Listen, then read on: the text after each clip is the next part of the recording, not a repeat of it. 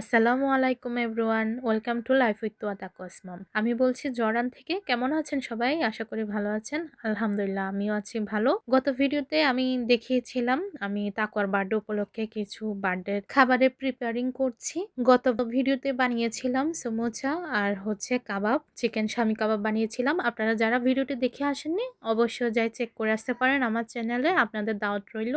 আর আমি এই কথা বললাম কারণ হয়তোবা আমার চ্যানেলে নতুন আরো অনেক ভিউয়ার্স হতে পারে, তাদের জন্য বললাম। আর যারা পুরনো আছেন তাদেরকে অনেক ধন্যবাদ আমার ভিডিওটি দেখার জন্য। যাক, এখন শুরু করা যাক আজকের ভিডিওটি। আজকের ভিডিওতে আমি বানাবো 2-3 রকমের নাস্তা আইটেম, সেগুলো আমি আপনাদের সাথে শেয়ার করছি। প্রথমে বানিয়ে নিচ্ছি আমি মতিচুরের লাড্ডু, ওই কারণে আমি বেসন ঘুলিয়ে নিচ্ছি। আপনারা দেখতে পাচ্ছেন অলরেডি আমার বেসনটা ঘোলা হয়ে গিয়েছে। তো আমি তবু বলে দিচ্ছি, এখানে আমি নিয়েছি 2 কাপ বেসন। ওটা আমি ভালো মতো চেলে নিয়েছি। চেলে না নিলে কিন্তু ওইটা লাম্পস থেকে যায়। দেন আমার এখানে 2.5 কাপ পরিমাণ পানি লেগেছে। মাঝে মাঝে বেসনের পরিমাণে পানি কম বেশি লাগে, বেসন পুরানো হলে আবার একটু পানি বেশি লাগে। আচ্ছা যাক, তো আমি এখানে এটা আস্তে আস্তে পানিটা মিক্স করেছি যাতে এটা কোনো দলা পাকি না থাকে। তো আস্তে আস্তে পানিটা মিক্স করে আমি উইস্কের সাহায্যে এটা ভালো মতো ফেটিয়ে নিয়েছি। তো যখন আমার এটা ভালো মতো মিক্স করে নিয়েছি, দেন আমি একটি পাইপিং ব্যাগে নিয়েছি। নিয়ে নেওয়ার পরে আপনারা দেখতে পেরেছেন আমি একটি কাঁচি দিয়ে ছোট্ট করে কেটে নিয়েছি, বেশি বড় না, জাস্ট অল্প পরিমাণ। আবার বেশি বড় কাটলে বেশি বের হবে। তারপর আমি একটি প্যানে পর্যাপ্ত পরিমাণ তেল নিয়ে নিয়েছি। আর এটা ডুবা তেলে ভাজতে হবে। এটা আসলে বুন্দির মতোই ভাজা লাগবে প্রথমে। আর আমি প্রফেশনাল না, কেউ আবার কিছু মনে করবেন না যে বুন্দির মতো তো হয় নাই বা লাড্ডুর মতো হয় নাই। ভাই, আমি কোনো ট্রেনিং প্রাপ্ত মানুষ না। জাস্ট আমি যেরকম জানি, যেরকম বানাই আপনাদের সাথে সেরকম শেয়ার করছি। বুন্দিগুলো অলরেডি রেডি হয়ে গেছে, সব ফ্রাই করা শেষ। আমি জাস্ট এক পার্ট দেখিয়েছি, কিন্তু এটা আমার অনেক কষ্ট হয়েছে, প্রায় 1/2 an hour লেগেছে আমার। তো আমি সুগার সিরাপ বানিয়ে নিয়েছি। সুগার সিরাপের মধ্যে আমি এখানে 2 কাপ পানি আর 2 কাপ চিনি দিয়ে এটা আমি ভালো মতো ফুটিয়ে নিয়েছি মিক্স করে। দেন 2টা এলাচি দিয়েছি আর একটু ফুড কালার দিয়েছি। দিয়ে এটা আমি ফুটিয়ে নিয়ে বুন্দিটা দিয়ে দিয়েছি। দিয়ে দেওয়ার পরে যখন এটা আমার ভালো মতো সিদ্ধ হয়ে গেছে, বুন্দিটা একটু চাপ দিয়ে দেখা লাগবে আসলে ভিতর পর্যন্ত সিদ্ধ হয়েছে কিনা। যখন এটা ভালো মতো হয়ে গেছে, আমি এখানে দিয়ে দিয়েছি বেকিং গ্লুকোজ। এই গ্লুকোজটা আপনারা সবাই বেকারি শপে পেয়ে যাবেন। আসলে গ্লুকোজটা না দিলে এটা বেকারির মতো লাগে না, আর শক্ত শক্ত হয়ে যায় ঠান্ডা হলে। এখানে আমি আরেকটি জিনিস দিয়ে দিচ্ছি, সেটা 1 চামচ গুঁড়া দুধ দিয়ে দিয়েছি। দেখতে পাচ্ছেন এখন রেডি হয়ে গিয়েছে এই লাড্ডুর পুরটা। এটা আমি চুলা থেকে নামাই, তারপর আমি এটা 5 মিনিটের মতো রেখেছি। এরপর গরম থাকা অবস্থায় এটা লাড্ডু শেপটা দিচ্ছি। মাশাআল্লাহ, লাড্ডুর কালারটা অনেক সুন্দর এসেছে। অনেকে ইয়েলো কালার ইউজ করে, আমি রেড কালার ইউজ করেছি, কারণ ইন্ডিয়াতেও রেড কালার মতিচুর লাড্ডু পাওয়া যায়, আমাদের দেশেও পাওয়া যায়। তো আজ চিন্তা করলাম একটু রেড কালার ইউজ করি। ডেকোরেশনের জন্য এটা ইউজ করেছি কাঠবাদাম। এই তো মাশাআল্লাহ, খুবই সুন্দর হয়েছে দেখতে। এটা আমি এখন র‍্যাপিং করে ফ্রিজে রেখে দেব। এই লাড্ডু বানাতে বানাতে তোয়াও স্কুল থেকে চলে এসেছিল, তো তোয়াকে আনতে গিয়েছিলাম। এরপরে এসে একটু পাস্তা রান্না করেছি। চিন্তা করলাম দুপুরবেলা আর ভাত টাত খাবো না, ওদেরকে নিয়ে একটু পাস্তা খাই, যেহেতু তোয়া তাকুয়াও লাইক করে পাস্তা। এরপর আমি কেক বানানোর জন্য প্রস্তুতি নিলাম। এখানে আমি একটি ভ্যানিলা কেক বানিয়ে নিচ্ছি। প্রথম অবস্থায় আমি 2টা বানাবো। ফার্স্টে বানাচ্ছি ভ্যানিলা কেক। তো আমি ভ্যানিলা কেকের জন্য নিয়ে নিয়েছি 2 কাপ ময়দা আর 2 চা চামচ বেকিং পাউডার। এরপর এটা আমি ভালো মতো চেলে নিব যাতে কোনো লাম্পস বা দলা না থাকে। এতো চেলে নেওয়ার পরে আমি এখন আবার একটি ডিশ নিয়ে নিয়েছি। এর মধ্যে আমি ডিম দিয়ে দিচ্ছি। আমি এখানে ডিম ইউজ করেছি 6টা।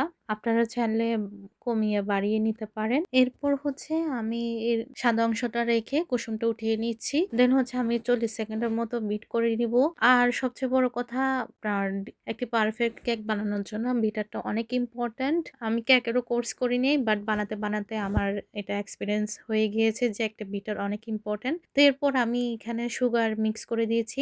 3 ধাপে মিক্স করেছি। আমি 1 কাপ সুগার ইউজ করেছি 2 কাপ ময়দার জন্য। তো আস্তে আস্তে আমি এটা বিট করে ফোম তৈরি করে নিয়েছি, সেটা তো দেখতে পেরেছেন চিনি দিয়ে। এরপর আমি একটা একটু করে কুসুম দিয়ে আবার বিট করেছি। দেন আমি দিয়েছি এখানে মিল্ক এসেন্স আর ভ্যানিলা এসেন্স দিয়ে এটা বিট করে অয়েল ইউজ করেছি, হাফ কাপের চেয়ে কম ইউজ করেছি। আবার একটু হালকা বিট করে আমি অয়েল দেওয়ার পর কিন্তু বেশি বিট করিনি, জাস্ট মিক্সিংটা করার জন্য। দেন আমি এখানের মধ্যে আস্তে আস্তে করে যে ফ্লাওয়ারটা ময়দার উপকরণটা আমি চেলে রেখেছিলাম সেটা আস্তে আস্তে করে দিয়ে মিক্স করে নিচ্ছি। একদম আস্তে আস্তে করে মিক্স করতে হবে। আপনারা দেখতে পারছেন আমি অল্প অল্প করে দিচ্ছি আর আস্তে আস্তে করে মিক্স করছি। এটা যদি জোরে জোরে করে মিক্স করেন ডিমের ফোমটা ভেঙে যেতে পারে, তাই আস্তে আস্তে করে নাড়াচাড়া করবেন। আর হচ্ছে এখানে আমি একটি কাঁচের ডিশ নিয়ে নিয়েছি। কাঁচের ডিশে একটি বেকিং পেপার কেটে নিয়েছি, নিয়ে এর মধ্যে অয়েল ব্রাশ করে দিয়েছি। দেন হচ্ছে ব্যাটারটা ঢেলে দিয়েছি। ঢেলে যেহেতু কাঁচের ডিশটা আমি ঝাঁকাতে পারবো না বেশি, ওই কারণে একটি লাঠি নিয়ে ওর মধ্যে এভাবে করে দিয়েছি যাতে বাবলসটা বের হয়ে যায়। ওটা দেখতে পাচ্ছেন আপনারা। এখন আমি এটা ওভেনে দিয়ে দিব, এটা হতে থাকুক। এরপর হচ্ছে আমি আরেকটি কেক বানিয়ে নিচ্ছি। এটা হচ্ছে চকলেট কেক। চকলেট কেকের জন্য আমি 1 কাপ ময়দা নিয়ে নিয়েছি। আর এখান থেকে আমি 2 টেবিল চামচ ময়দা কমিয়ে নিয়েছি আর 3 টেবিল চামচ কোকো পাউডার দিয়ে দিচ্ছি। আর হচ্ছে হাফ চা চামচ দিয়ে দিচ্ছি হচ্ছে বেকিং সোডা, এক চা চামচ দিয়ে দিচ্ছি হচ্ছে বেকিং পাউডার। দিয়ে এটা আমি ভালোভাবে চেলে নিচ্ছি। আমি 2 বার করে চেলে নিয়েছি যাতে কোকো পাউডার আর বেকিং পাউডার মিশ্রণটা যাতে মিক্স হয়ে যায়। এরপর হচ্ছে 1 কাপ ময়দার জন্য এখানে 4টি ডিম নিয়ে নিয়েছি। ডিমের কুসুমটা উঠিয়ে নিচ্ছি আর হচ্ছে সাদা কুসুমটা বিট করে নিচ্ছি 40 সেকেন্ডের মতো। এরপর হচ্ছে এখানের মধ্যে এখন দিয়ে দিব সুগার। আর 3 ধাপে 4 ধাপে সুগারটা দিব, দিয়ে আস্তে আস্তে করে ফোম তৈরি করে নিব। আর এখন দেখতে পাচ্ছেন আমি ডিশটা চেঞ্জ করে দিয়েছি। ডিশটা বেশি বড় ছিল, ওই কারণে ছোট ডিশে নিয়েছি। নিয়ে সবকিছু কুসুম ডিমের কুসুম দেন হচ্ছে সবকিছু দিয়ে আমি বিট করে নিয়েছি। ওটা স্কিপ হয়ে গিয়েছে। এরপর দিয়ে দিচ্ছি হচ্ছে চকলেট এসেন্স ছিল না, তাই ভ্যানিলা এসেন্স দিয়ে দিচ্ছি। আর সাথে দিয়ে দিচ্ছি কফি সিরাপ। এটা বানিয়েছি 1 টেবিল চামচ পানি নিয়ে এর মধ্যে 1 চা চামচ কফি দিয়ে এটা ঘুলিয়ে বানিয়ে নিয়েছি। দেন হচ্ছে ওটা দিয়ে দিয়েছি। দিয়ে এটা আমি হালকা একটু বিট করে নিয়েছি ও সাথে দিয়েছি হাফ কাপ অয়েল। এখানে যদি চকলেট ইমলশন না হয় কফি, এটার মধ্যে একটা ইউজ করা যায়, খুবই ভালো হয়। আমার কাছে ছিল না তাই স্কিপ করেছি। আর এখন আমি দিয়ে দিয়েছি দেখছেন ওই ময়দার যে মিশ্রণটা ছিল সেটা আস্তে আস্তে করে দিচ্ছি। আর 1 চামচ করে লিকুইড মিল্ক ইউজ করছি। আর হচ্ছে এখান থেকে একটু একটু দিয়ে এটা ভালো মতো মিক্স করে নিয়েছি। নিয়ে আমি একটি পাত্রে নিয়ে নিয়েছি। আর এটা আমি বাড়ি দিয়ে দেখতে পেয়েছেন বাউলটা বের করে নিয়েছি, না হয় কেকের মধ্যে ফাঁকা ফাঁকা থেকে যাবে। এটা আমি এখন ওভেনে দিয়ে দিব।